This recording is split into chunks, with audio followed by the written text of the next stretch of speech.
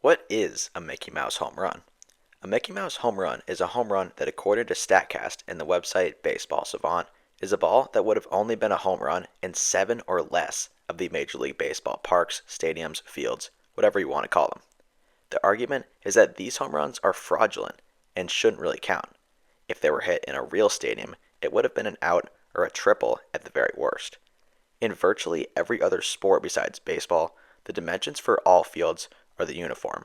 They're the same. In American football, it's 120 yards by about 53 yards. In basketball, the court is 94 feet by 50 feet. However, in Major League Baseball and all levels of the sport, the field can be different anywhere you go. In one park, the distance to straightaway center field could be 395 feet, and in another, it could be 410 feet or 420. In one MLB stadium, the distance to the right field foul pole is 302 feet, and in another, it's 350 feet away, nearly 50 more feet than the former. This is what permits what is sometimes called a quote-unquote Mickey Mouse home run. So the reason for the Mickey Mouse tag comes from the NBA bubble in 2020, when teams played all their games in Orlando, Florida, pretty close to Disney World. People say that it was a fake playoffs, and the way to say that is to call it Mickey Mouse because of the proximity. So before I get on with the rest of the video, I would really appreciate it if you could like this video and subscribe, as it helps out my channel a ton, and thank you. So there are some certain ballparks in the league that have areas notorious for accepting these Mickey Mouse home runs, and the chief among them is the infamous short porch in right field of Yankee Stadium. Down the right field line, it's only 314 feet from home plate, and even in straightaway right, it can be as short as 340 feet. This has created a number of opportunities for lefty pull hitters to get under a ball and still hit a home run, or for righty hitters to be late on a pitch and still earn a home run for it. It has accepted a whole lot of home runs that would have only been gone in 1 out of the 30 parks, meaning those balls are only gone in Yankee Stadium. Equally as infamous is Minute Maid Park in Houston, home of the Astros. Instead of right field this time, it's left field where some Mickey Mouse home runs occur. Down the left field line, it's only 315 feet and doesn't get all that much further back all the way to left center field. This makes it possible for a lot of seemingly doomed fly balls to make it to the seats below instead of an outfielder's glove. Fenway Park is very similar to that in that the Green Monster is tall but not very far from home plate, allowing really mid-fly balls to fly over the fence. Wrigley Field is yet another stadium with very Mickey Mouse dimensions and is unlike the other three in that those areas are in left center and right center fields rather than just straight away.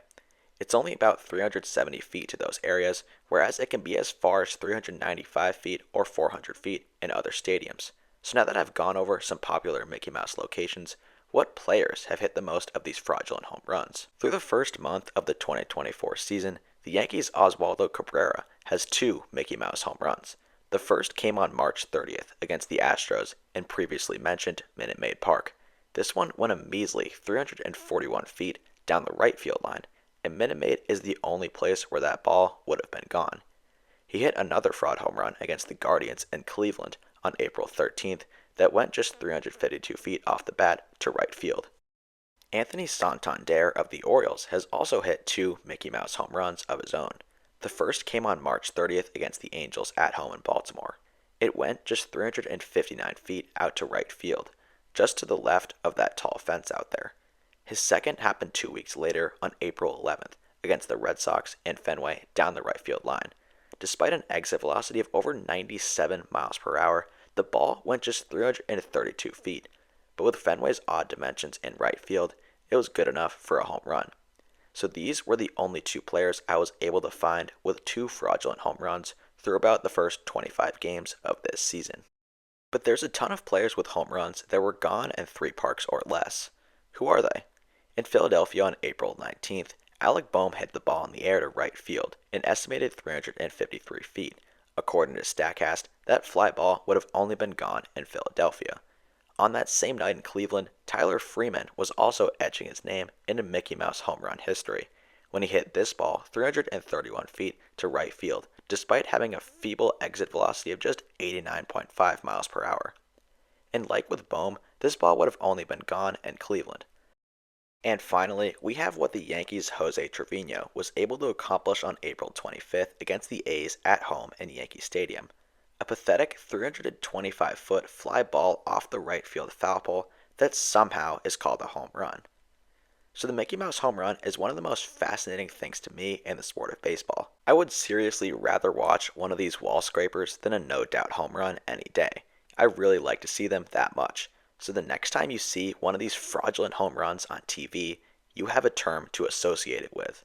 That's it, and thanks for watching. Like and subscribe if you enjoyed the video. Thank you.